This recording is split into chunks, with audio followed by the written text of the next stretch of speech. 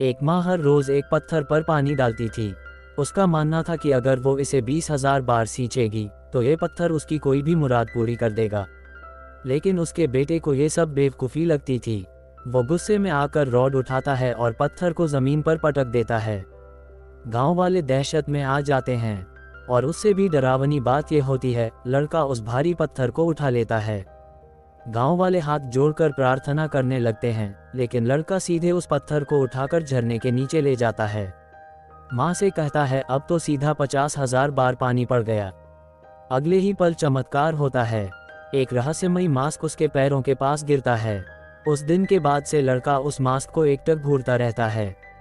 एक दिन वो उस मास्क की बनावट को हाथों से ट्रेस करता है और किसी अनजानी सुंदर लड़की की शक्ल उभरती है, जो उसे बेहद खास लगने लगती है। वो झरने की ओर दौड़ता है और वहाँ उसे दिखती है एक परी, जिसके चारों ओर रंग बिरंगी तितलियाँ उड़ रही थीं। वो झटपट छलांग लगाता है, पर जैसे ही उसे पकड़ने की कोशिश करता है, वो गायब हो जाती है। परी की इशारों को समझकर लड़का झरने की उल्टी दिशा में चढ़ाई शुरू करता है, 3 दिन और 3 रात लगातार। आखिरकार वो पेड़ की शाखाओं से धनुष बनाता है, एक तीर चलाता है जो पहाड़ के सबसे ऊंचे पेड़ को चीर देता है। वो छलांग लगाकर उस टॉप पर पहुंचता है और सामने खड़ी थी वही परी। लेकिन जैसे ही वो उसे छूने जाता है, परी तितली बनकर उड़ जाती है। वो उसे ढूंढने के लिए जंगलों में भटकने लगता है। तभी अचानक एक चीख सुनाई देती है। एक लड़की पेड़ों से दौड़ती हुई बाहर निकलती है और उसका भागने का अंदाज बड़ा ही प्यारा था, पर उसके पीछे दौड़ रहे थे सैनिक। वो लड़की किसी से बच रही थी। हीरो वाला टाइम आ चुका था। लड़का उनके पीछे पीछे जाता है। सैनिक लड़की को घेर ही लेते हैं। तभी लड़की एक रहस्यमयी मंत्र बोलती है और आसमान से एक तलवार गिरती है, सीधे एक सैनिक के शरीर को चीरते हुए। और तभी पेड़ों से छुपे तीरंदाज सैनिकों पर वार करते हैं। कुछ ही सेकंड में सारे दुश्मन ढेर। लड़की की बॉडी पर एक भी खून का धब्बा नहीं। लड़का एक जाल बनाता है और लड़की को उस तरफ लुभा कर ले आता है। वो फंस भी जाती है, लेकिन तभी उसकी गर्दन पर एक तलवार टिक जाती है। लड़की कब पीछे से आ गई पता ही नहीं चला।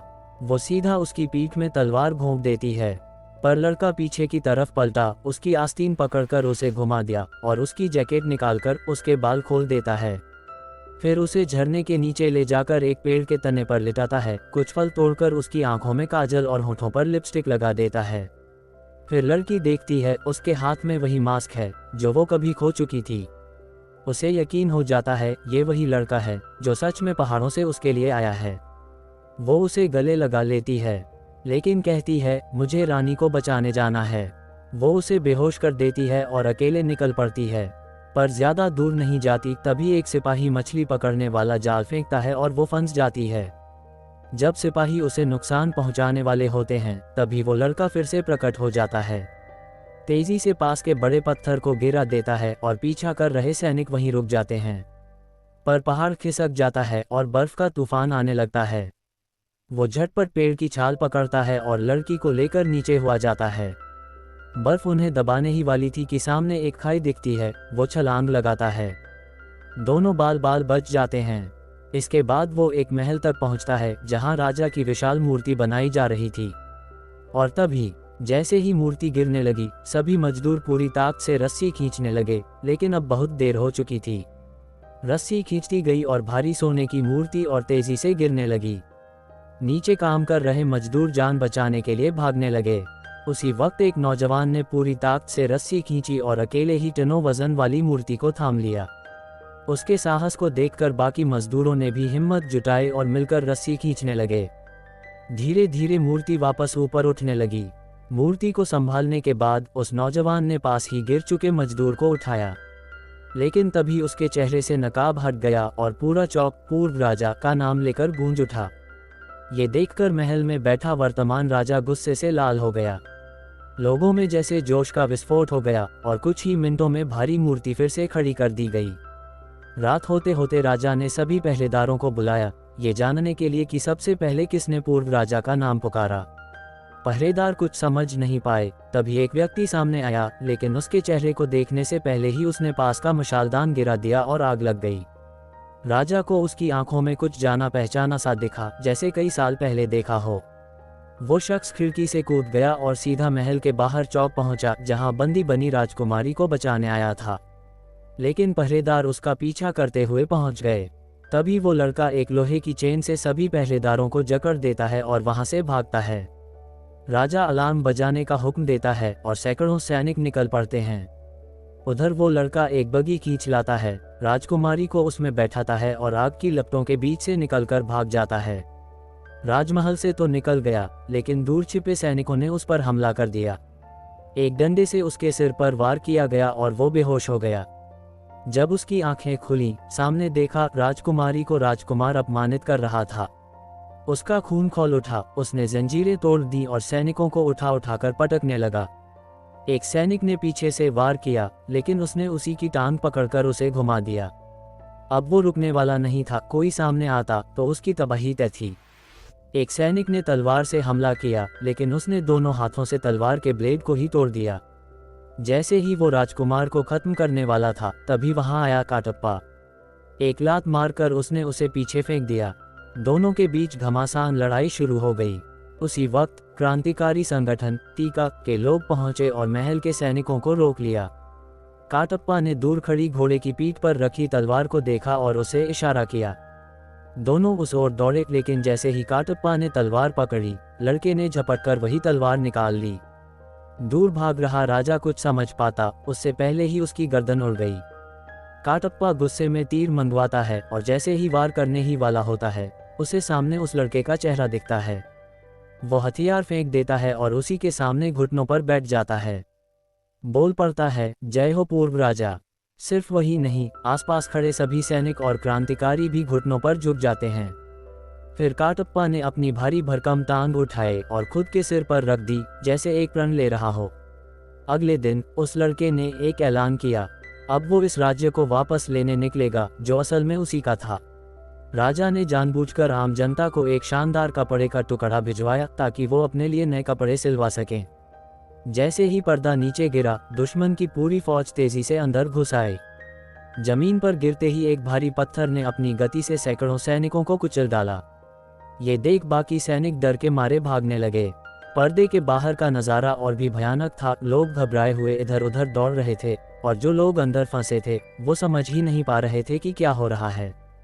जब किसी तरह कपड़े को काटकर सांस ली तो हाथ पर गंदी गटर ऑयल जैसी चीज चिपकी हुई थी। राजकुमार ने मौका देखते ही धनुष उठाया और एक तीखी तीर हवा में छोड़ी। तीर हवा में खूबसूरत कमान बनाती हुई पर्दे पर जा गिरी और वहां से आग की लपटें फैल गईं। एक ही झटके में दर्जनों दुश्मन जलकर खाक हो गए, लेकिन दुश्मनों का राजा अब भी रुका नहीं। कुछ ही देर में वह किले की दीवारों तक पहुंच गया। सैनिकों ने अपनी ढालों का सहारा लेकर हमला रोकने की कोशिश की, लेकिन फिर दोनों सेनाएं आमने सामने आ गईं। अब बारी थी त्रिशूल वाली रणनीति की। राजकुमार ने खुद कमान संभाली। उसके हाथ में एक लंबा भाला था, जिसे घुमाते हुए वो आगे बढ़ा। जो भी दुश्मन सामने आता वह सीधे उसकी भाले पर चढ़ जाता।